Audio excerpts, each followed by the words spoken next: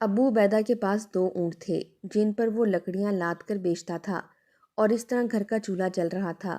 ایک دن وہ ایک گلی سے گزرا تو اندر سے آواز آئی کہ اگر تم نے بیٹی پیدا کی تو میں اسے زندہ دفن کر دوں گا، کیونکہ قبیلے والے مجھ پر تھو تھو کریں گے۔ اتنا سننا تھا کہ تھوڑی دیر بعد اس کے ہاں بیٹی پیدا ہوئی تو ابو عبیدہ نے اندر جا کر کہا کہ بچی کو دفن نہ کرو، مجھے دے دو اور بدلے میں میرے دونوں اونٹ رکھ لو۔ ابو عبیدہ اونٹ دے کر بچی گھر لے آیا اور سینے سے لگا کر بہت رویا، اور جب صبح اٹھا تو اس کی زندگی بدل گئی، کیونکہ اللہ تعالیٰ نے اگر مجھے پتہ چلا کہ تم نے ایک بیٹی کو جنم دیا ہے تو میں بتا رہا ہوں، مجھ سے برا کوئی نہیں ہوگا۔ میں تمہارا وہ حشر کروں گا کہ پورا گاؤں تم سے عبرت حاصل کرے گا، سمجھی تم؟ یہ ایسے الفاظ تھے جنہوں نے ابو عبیدہ کو وہاں پر رکنے پر مجبور کر دیا تھا۔ اس کے قدم وہیں پر رک چکے تھے۔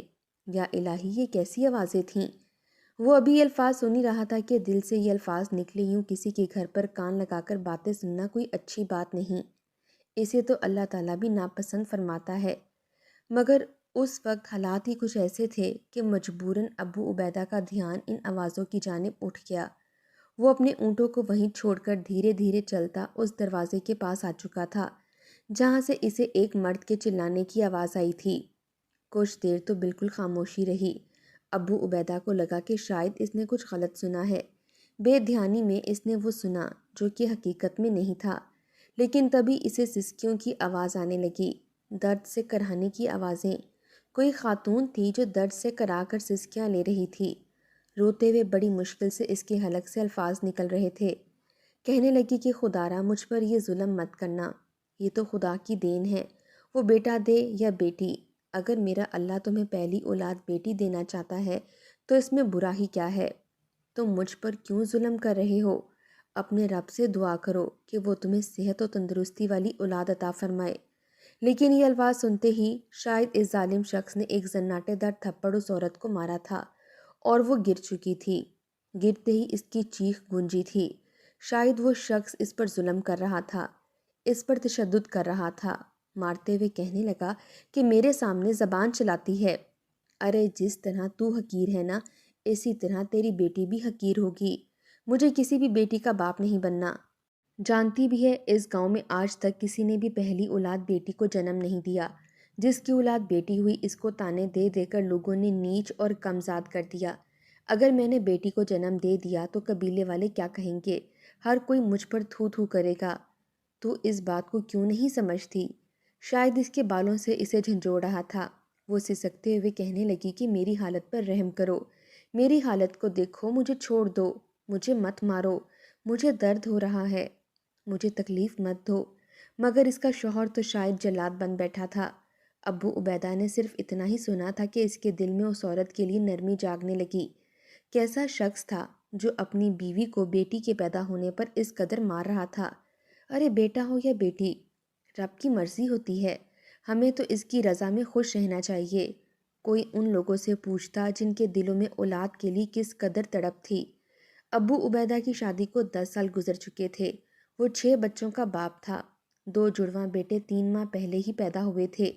ابو عبیدہ کتنی ہی دیر وہاں پر کھڑا یہ سب دیکھتا رہا، جب اس خاتون کی سسکیاں مزید بلند ہونے لگیں اور روتے ہوئے اپنے شوہر سے کہنے لگی کہ مجھے تکلیف ہو رہی ہے، شاید وقت قریب آ گیا ہے، خدارا مجھے ڈاکٹر کے پاس لے جاؤ یا کسی دائی کو بلوا دو۔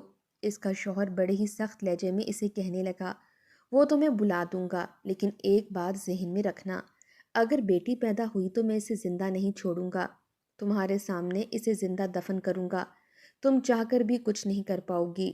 بہتر ہے کہ مجھے بیٹا ہی پیدا کر کے دینا، ورنہ قتل کی ذمہ دار تم خود ہوگی۔ یہ باتیں سن کر وہ خاتون رونے لگی تھی۔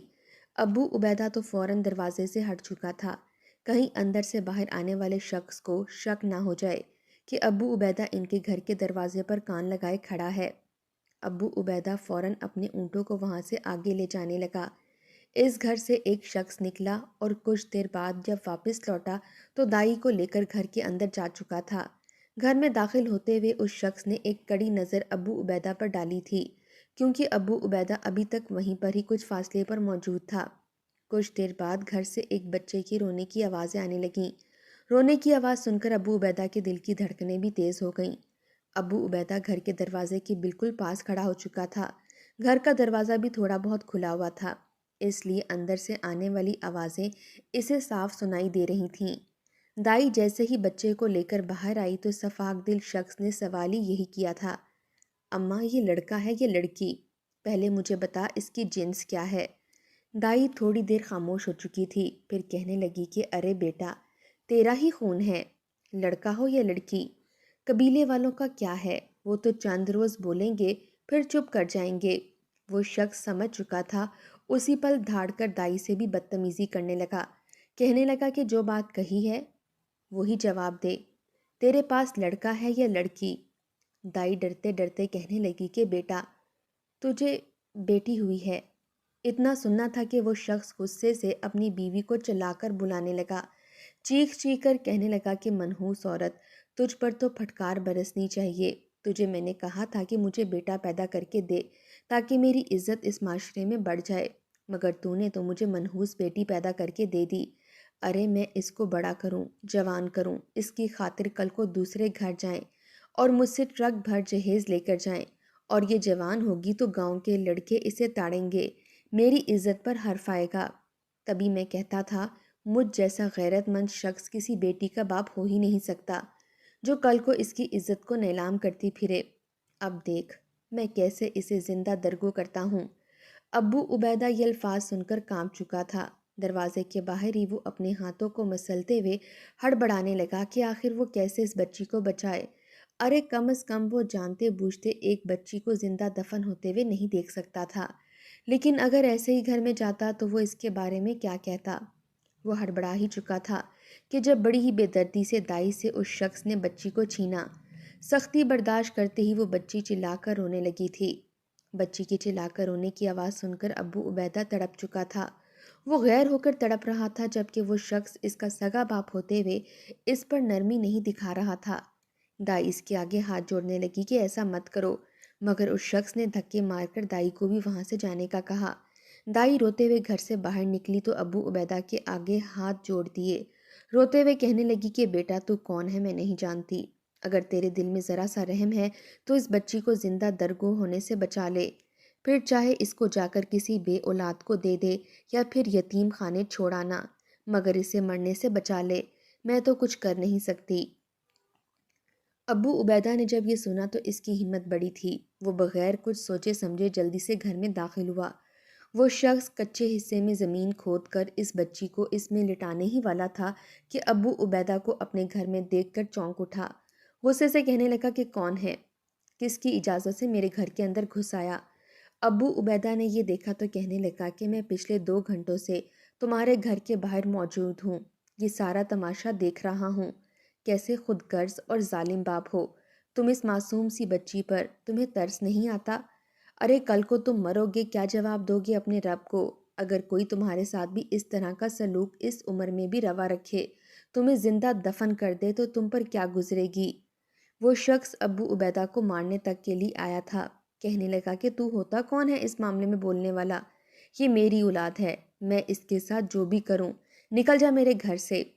ابو عبیدہ فوراً بولا کہ اس بچے کو میرے حوالے کر دو، اس کا قتل مت کرو، میں اسے تم سے کہیں دور لے جاؤں گا، کسی کو بھی خبر نہیں ہوگی کہ تم نے ایک بیٹی کو جنم دیا ہے، مگر اس کا قتل مت کرو، اس پر رحم کرو۔ اس شخص نے جب یہ سنا تو غصے سے کہنے لگا کہ خبردار، یہ میری غیرت ہے، میری عزت ہے، میں اسے مار تو سکتا ہوں، مگر تم جیسے کسی اور ذات کے شخص کو سونپ نہیں سکتا۔ جب ابو عبیدہ کی نظر پیچھے دیوار سے ٹیک لگائے بیٹھی اس بچی کی ماں پر پڑی، جو روتے ہوئے ابو عبیدہ کے آگے ہاتھ جوڑ رہی تھی کہ کسی طرح میری بچی کو زندہ یہاں سے لے جاؤ، اسے مرنے مت دینا، ابو عبیدہ کو کچھ اور نہ سوجی تو کہنے لگا کہ میں تمہیں اپنے دونوں اونٹ دیتا ہوں، اس کے بدلے میں اپنی بچی میرے حوالے کر دو۔ اس شخص نے جب اونٹوں کی بات سنی تو اس کی آنکھیں حیرت سے پھیل چکی تھیں، اسے تو جیسے چپ سی لگ چکی تھی۔ وہ کہنے لگا کیا تم سچ کہہ رہے ہو؟ کون سے اونٹ ہیں تمہارے؟ کہیں بیمار تو نہیں؟ ابو عبیدہ نے کہا کہ نہیں، بالکل ٹھیک ہیں، میں انہیں اپنے کام کے لیے استعمال کرتا ہوں، تم دیکھ سکتے ہو۔ اس شخص نے جیسے ہی اونٹوں کو دیکھا تو دیکھ کر اس کے چہرے پر مسکراہٹ پھیل چکی تھی۔ وہ شخص کہنے لگا کہ ٹھیک ہے، لو پکڑو اسے اور وہ اونٹ میرے حوالے کر دو۔ ابو عبیدہ اس بچی کو سینے سے لگا چکا تھا۔ اسے بڑی حیرت ہوئی تھی جب وہ شخص بھاگ کر ان اونٹوں کے پاس گیا اور اس سے ابو عبیدہ کا سامان اتار کر ان کی پیٹھ سہلا کر انہیں دیکھنے لگا۔ وہ عورت جس کی وہ بیٹی تھی وہ روتی ہوئی ابو عبیدہ کے پاس آئی اور اس کے سامنے ہاتھ جوڑ کر بولی کہ اس کا خیال رکھنا، اسے کسی بھی طرح کی تکلیف مت دینا۔ اس عورت کو روتا ہوا دیکھ کر ابو عبیدہ بھی رونے لگا۔ اس بچی کو سینے سے لگا کر کہنے لگا کہ تم فکر مت کرو بہن، یوں سمجھنا کہ تمہاری بیٹی محفوظ ہاتھوں میں جا چکی ہے۔ میں اپنی اولاد سے بھی بڑھ کر اسے محبت کروں گا۔ اتنا کہہ کر ابو عبیدہ نے اپنا سامان لیا، اس بچی کو سینے سے لگائے جانے لگا۔ وہ شخص تو اونٹ پا کر خوش تھا۔ اس بچی کو سینے سے لگا کر ابو عبیدہ کتنی ہی دیر پھوٹ پھوٹ کر روتا رہا۔ کیسی قسمت تھی اس بچی کی، مگر شاید یہ اس کا نصیب تھی۔ تبھی اللہ تعالیٰ نے اس کی پرورش کا ذمہ ابو عبیدہ کو دے دیا تھا۔ جیسے جیسے اس کے قدم گھر کی جانب بڑھ رہے تھے تو اس کا دھیان اس بچی سے ہٹا اور اپنے گھر بیوی بچوں کی جانب گیا۔ ایک پل کو وہ جذباتی ہونے کی بجائے حقیقت پسند ہو کر سوچنے لگا تھا، اگر اس کی بیوی اس معصوم بچی کو دیکھے گی تو کیا رد عمل ظاہر کرے گی؟ آخر وہ کیسے اپنی بیوی کو سمجھاتا کہ وہ کیسے اس بچی کو اس درندہ صرف انسان کے چنگل سے چھڑوا کر لایا ہے؟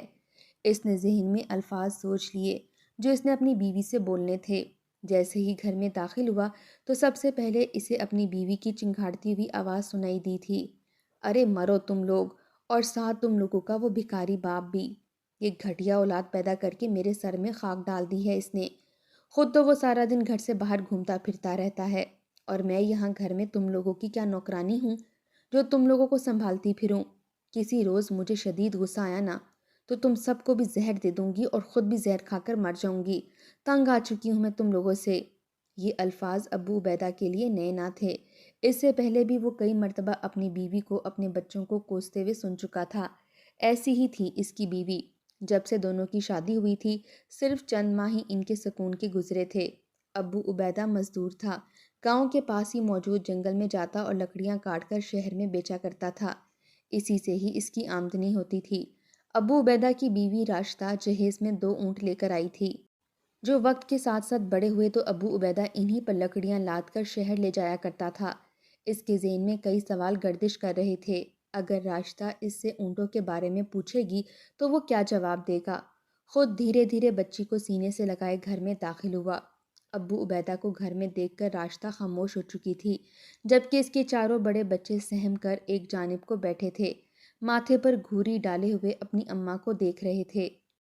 ابو عبیدہ کو دیکھا تو بھاگ کر اس کے پاس آئے اور کہنے لگے کہ ابا شکر ہے تو آ گیا، ورنہ تو اماں آج ہمارا سانس ہی نکال دیتی۔ دیکھو نا ہر وقت ہم سے لڑتی رہتی ہے، سارے گھر کے کام ہم سے کرواتی ہے، جھاڑو بھی ہم کریں، پوچھا بھی ہم کریں، باہر سے سامان بھی ہم ہی اماں کو لا کر دیتے ہیں۔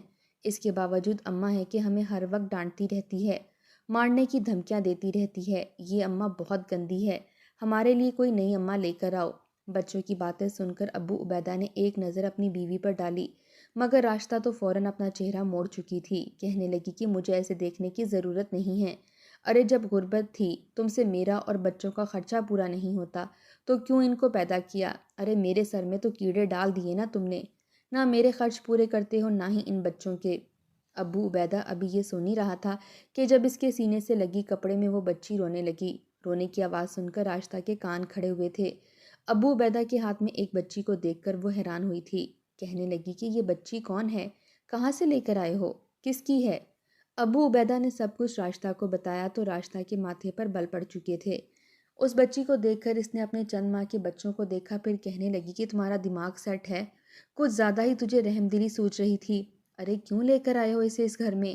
اپنی اولاد کیا کم تھی؟ 6 بچوں کو پہلے ہی میں پال پال کر ہلکان ہو چکی ہوں، اوپر سے تم ایک اور کو اٹھا لے آئے ہو۔ ارے پھینکو اسے، چھوڑ کے راؤ، میں تو نہیں پالنے والی اسے۔ اس کا باپ تو اسے نہ مار سکا لیکن میرے ہاتھوں سے یہ ضرور مر جائے گی۔ بیوی کے منہ سے یہ الفاظ سن کر ابو عبیدہ غصے میں آ چکا تھا۔ اس نے اپنی بیوی کے منہ پر تھپڑ مار دیا، کہنے لگا کہ خبردار جو تو نے بچوں کے بارے میں ایک بھی لفظ کہا، میں کب سے برداشت کر رہا ہوں، مگر تو ہے کہ بولتی ہی چلی جا رہی ہے۔ یہ بھی بھول گئی کہ میں تیرا شوہر ہوں۔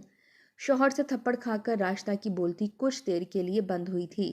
کمرے سے باہر نکلی تو باہر اونٹ ہی موجود نہ تھے۔ حیرت سے ابو عبیدہ سے کہنے لگی کہ اونٹ کدھر ہیں؟ ابو عبیدہ کا حلق اس وقت خشک ہوا تھا، بہرحال اس نے حقیقت بتا دی کہ وہ اونٹ کے بدلے میں اس بچی کو لے کر آیا ہے۔ اصل تماشا تو اب لگا تھا۔ ابو عبیدہ کی بیوی رونے لگی۔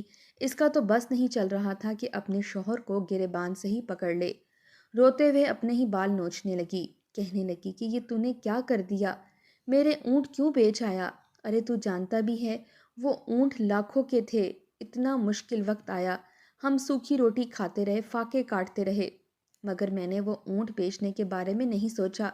ارے وہ میرے مرحوم ماں باپ کی نشانی تھے، اور تو اونٹ ہی بیچ کر آ گیا، وہ بھی اس بچی کی خاطر۔ میں اس بچی کو زندہ نہیں چھوڑوں گی، اسے مار دوں گی۔ وہ بچی جو پہلے ہی رو رہی تھی، راستہ اس کی جانب لپکی تو ابو عبیدہ نے اسے روک دیا۔ کہنے لگا کہ ہوش میں آؤ، پاگل مت بنو، یہ رحمت ہے، رحمت۔ ہم نے اس بے سہارا بچی کے سر پر ہاتھ رکھا ہے، اس کی کفالت کریں گے تو اللہ تعالیٰ ہمیں دگنا دیں گے۔ کیوں خود کو جاہل ثابت کر رہی ہو؟ کیا تمہیں خدا کی ذات پر یقین نہیں ہے؟ خبردار جو تم نے میرے بچوں کو یا اس بچی کو کچھ بھی کہنے کی کوشش کی تو، ورنہ مجھ سے برا کوئی نہیں ہوگا۔ ابو عبیدہ اپنی بیوی سے سخت لہجے میں بولا تو راشدہ ایک جانب کو بیٹھ کر سسک کر رونے لگی کہ میرے ماں باپ کی نشانی کو تم نے بیچ دیا۔ ارے وہ اونٹ میرے تھے، میں جہیز میں لے کر آئی تھی۔ ساری رات وہ ایک جانب کو بیٹھ کر روتی رہی۔ بچے بھی ماں باپ کی لڑائی کو دیکھ کر ایک جانب کو سہمے بیٹھے ایک دوسرے پر گرے سو چکے تھے۔ جبکہ ابو عبیدہ اس روتی ہوئی بچی کو دیکھتا تو اس کا دل سینے میں ہی تھم سا جاتا۔ وہ بھوک سے رو رہی تھی۔ اپنی بیوی سے نرمی سے بھی کہا کہ اسے بھوک لگی ہے، جیسے تم اپنے دونوں بچوں کو دودھ پلاتی ہو، اسے بھی اپنی اولاد تسلیم کر کے بھوک مٹا دو۔ مگر راشدہ نے تو صاف انکار کر دیا تھا کہ نہیں، میں کسی کی اولاد کو ہرگز اپنا دودھ نہیں پلاؤں گی۔ مجبوراً گھر میں پڑا دودھ ہی انگلی سے قطرہ قطرہ ٹپکا کر وہ بچی کا پیٹ بھرنے لگا۔ پیٹ بھرتے ہی وہ بچی سو چکی تھی۔ 2 دن تک تو ابو عبیدہ گھر ہی رہا، کیونکہ اس کی بیوی اس بچی کو ہاتھ تک نہیں لگا رہی تھی۔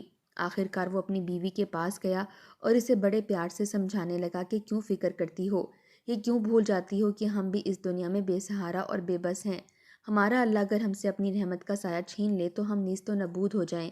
جس طرح ہمارے رب نے ہم پر رحم فرمایا، ہمیں بھی تو ان لوگوں پر رحم فرمانا چاہیے۔ شاید کوئی نیکی ایسی ہو جس سے ہماری قسمت بدل جائے۔ راشدہ خاموشی سے اس کی بات سنتی رہی۔ گھر میں تو اب اناج کا ایک دانہ بھی موجود نہیں رہا تھا۔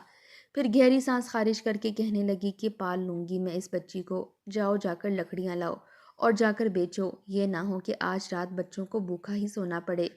راشدہ بھلے ہی ناراض تھی، پر اس نے اس بچی کو ابو عبیدہ سے لے لیا اور اسے گھور کر دیکھنے لگی۔ ابو عبیدہ نے راشدہ کو قسم دی تھی کہ خبردار اس بچی کے ساتھ کچھ بھی غلط کرنے کی کوشش مت کرنا، ایک نظر اپنے معصوم بچوں پر ڈال لینا۔ راشدہ تڑک کر کہنے لگی کہ میں کوئی ظالم نہیں ہوں، نہ ہی میری کسی سے کوئی دشمنی ہے، بس میں یہ چاہتی ہوں کہ میرے ساتھ ساتھ میرے بچوں کی ہر خواہش پوری ہو، انہیں چھوٹی چھوٹی چیزوں کے لیے ترسنا نہ پڑے۔ ابو عبیدہ کے پاس تو اب اونٹ بھی نہیں رہے تھے۔ وہ لکڑیوں کو ایک بڑے سے گٹھرے میں تبدیل کر کے اپنے کندھے پر لادتا اور شہر لے جایا کرتا تھا۔ اس کی آمدنی بھی پہلے سے کم ہو چکی تھی۔ بامشکل ہی گزارا ہونے لگا۔ 1 ہفتہ یوں ہی چلتا رہا۔ راشدہ اس بچی جس کا نام اس نے نور رکھا تھا کی پرورش کرتی رہی۔ جب اس رات صرف 1 روٹی بنی اور وہ 1 روٹی اس نے اپنے 4 بڑے بچوں میں تقسیم کی تو اس کی آنکھوں میں آنسو آئے تھے۔ کہنے لگی کہ ابو عبیدہ، تو کہتا تھا کہ بچی ہمارے لیے رحمت بن کر آئے گی، مگر دیکھ تیرے بچے آج پیٹ بھر کر کھانا بھی نہیں کھا سکے، میں اور تو الگ بھوکے ہیں۔ اس بچے کو وہیں چھوڑا جہاں سے اسے لایا ہے، میں مزید اس کے ساتھ اپنا رویہ ٹھیک نہیں رکھ سکوں گی۔ اس رات ابو عبیدہ تہجد کے لیے اٹھا اور اپنے رب سے سرگوشیوں میں باتیں کرنے لگا۔ شاید اس کی آزمائش اب ختم ہو چکی تھی۔ وہ فجر کی نماز ادا کرنے کے بعد ہی کلاڑی اٹھائے ضروری سامان لے کر جنگل کے لیے نکل گیا۔ راشدہ نے اسے روکا کہ وہ پڑوس سے تھوڑا آٹا مانگ لاتی ہے، مگر ابو عبیدہ نے منع کر دیا اور گہری سانس خارج کر کے گھر سے نکل گیا۔ جیسے ہی جا کر وہ ایک درخت کی ٹہنی کو توڑنے لگا تو اچانک اس کا پیر پھسلا اور وہ زمین پر گرا۔ 2 دن سے لگاتار بارش بھی ہوتی رہی تھی، اس لیے زمین کافی نرم پڑ چکی تھی۔ جیسے ہی وہ گرا اس کا دایاں پیر زمین میں دھنس گیا۔ ابو عبیدہ گھبرایا تھا، فوراً اپنا پیر درخت کے نیچے زمین سے نکالا تو اسے حیرت ہوئی تھی۔ ایسا لگ رہا تھا جیسے یہاں سے زمین کو کھودا گیا ہو اور تازہ مٹی اس پر ڈالی گئی ہو۔ تبھی بارش کی وجہ سے وہ مٹی اپنی جگہ چھوڑ چکی تھی۔ کچھ سوچتے ہوئے ابو عبیدہ نے کلہاڑی ایک جانب رکھی اور مٹی کو ہٹانے لگا۔ تھوڑی بہت ہی زمین کھودنے پر اسے کالے رنگ کا تھیلا نظر آیا تھا۔ وہ حیران ہوا، آس پاس نظر دوڑائی تو اس وقت وہاں پر کوئی بھی موجود نہیں تھا۔ اس نے جیسے ہی زمین سے تھیلا نکالا تو اس کا سر چکرا کر رہ گیا، کیونکہ تھیلے میں ہزار ہزار کے کئی نوٹ موجود تھے۔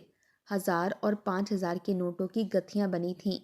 جب اس نے ان پیسوں کو گنا تو اس کا وجود کانپ گیا۔ اس وقت اس تھیلے میں بہت سارے پیسوں کی گتھیاں موجود تھیں اور ہر گتھی میں 1,00,000 روپیہ تھا۔ ابو عبیدہ تو گھبرا گیا، فوراً اس تھیلی کو اٹھایا اور گھر چلایا۔ اس کی خراب حالت دیکھ کر تو راشدہ پریشان ہو چکی تھی، کہنے لگی کہ کیا ہو گیا، کہیں کوئی حادثہ تو نہیں پیش آ گیا۔ ابو عبیدہ نے ڈرتے ڈرتے وہ تھیلی راشدہ کے سامنے کھول دی تو راشدہ بھی حیران رہ گئی کہ یہ کہاں سے لے آئے ہو اتنے پیسے۔ ابو عبیدہ نے جب اسے اس بارے میں بتایا تو وہ بھی حیران رہ چکی تھی۔ اسی پل ابو عبیدہ روتے ہوئے اپنے رب کے حضور سجدے میں گر گیا، کہنے لگا کہ دیکھ لو راشدہ، ہمارے صبر کا پھل ہمیں مل چکا ہے۔ اللہ تعالیٰ نے ہمیں کیسے نوازا ہے۔ میں تمہیں کہتا تھا نا کہ صبر کرو، اللہ تعالیٰ ہمیں اس کا اجر ضرور دے گا، دیکھو اس نے ہمیں کیسے نوازا ہے۔ راشدہ بھی ان پیسوں کو دیکھ کر خوش ہوئی تھی، اپنے رب کا شکر ادا کرنے لگی۔ ان پیسوں کو دونوں نے اپنے ہی کمرے میں ایک گڑھا کھود کر دفنا دیا، کیونکہ وہ جس بستی میں رہتے تھے وہ غریبوں کی بستی تھی، کوئی بھی امیر نہ تھا۔ اچانک سے ان کے پاس اتنے پیسے دیکھ کر کوئی بھی شک کر سکتا تھا۔ اس میں سے کچھ پیسے لے کر ابو عبیدہ بازار سے ڈھیر سارا راشن لے کر آیا۔ اس روز بچوں نے پیٹ بھر کر کھانا کھایا تھا۔ راشدہ ابو عبیدہ سے کہنے لگی کہ تم ٹھیک ہی کہتے تھے، یہ بچی ہمارے لیے رحمت بن کر آئے گی۔ ہم انسان ہو کر جب کسی پر اتنا احسان کریں گے تو ہمارا رب تو ہمیں 70 ماؤں سے بڑھ کر محبت کرنے والا ہے، بھلا وہ کیسے ہماری نیکیوں کا اجر نہیں دے گا۔ راشدہ کی طبیعت میں کافی زیادہ سدھار آ چکا تھا، اسے خود سے زیادہ اپنے بچوں کی آرام و آسائش کی فکر تھی۔ دھیرے دھیرے ان پیسوں کا استعمال کرتے ہوئے پہلے تو ابو عبیدہ نے اپنا ایک کاروبار شروع کیا اور پھر اس کاروبار میں ہی پیسے لگاتے ہوئے وہ مزید ترقی کرنے لگا۔ اس بستی کو چھوڑ کر شہر چلایا اور وہاں پر بڑا گھر بنایا۔ وہ شخص جو کہ نور کا باپ تھا، اس کے پاس جا کر وہ اونٹ خرید لیے اور اپنی بیوی کو واپس کر دیے۔ آخر کو وہ اس کے ماں باپ کی نشانی تھے۔ ابو عبیدہ کے ٹھاٹ باٹ دیکھ کر اس نے سوال ضرور کیا تھا کہ تم تو پھٹے پرانے کپڑوں والے شخص تھے، آخر امیر کیسے ہو گئے؟ ابو عبیدہ نے مسکرا کر صرف اتنا کہا کہ میں نے بس رب کی رضا میں اپنی رضا جانی تھی، یہ سب مجھے صرف اور صرف تمہاری بچے کی طفیل ملا ہے۔